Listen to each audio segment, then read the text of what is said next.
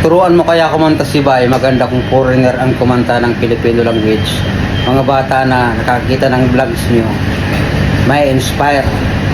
Suggestion ko lang po sa content nyo. Malamang hindi rin kakanta si Bay ng matino. Ay, alam mo naman maraming kalukuhan yun. Pero tuturuan ko, pakantay ko. Bay! Aray! Kanta raw tayo, Bay, sabi ni Ma'am Violeta Mamuyak.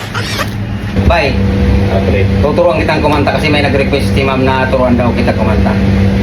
Ako'y sa'yo, ikaw ay akin. Tilapia sa'yo, talong ang aking... Wala talaga, Ma'am. Pero isa pa. Tuturuan ko pa siya. Ako ay Bicolano.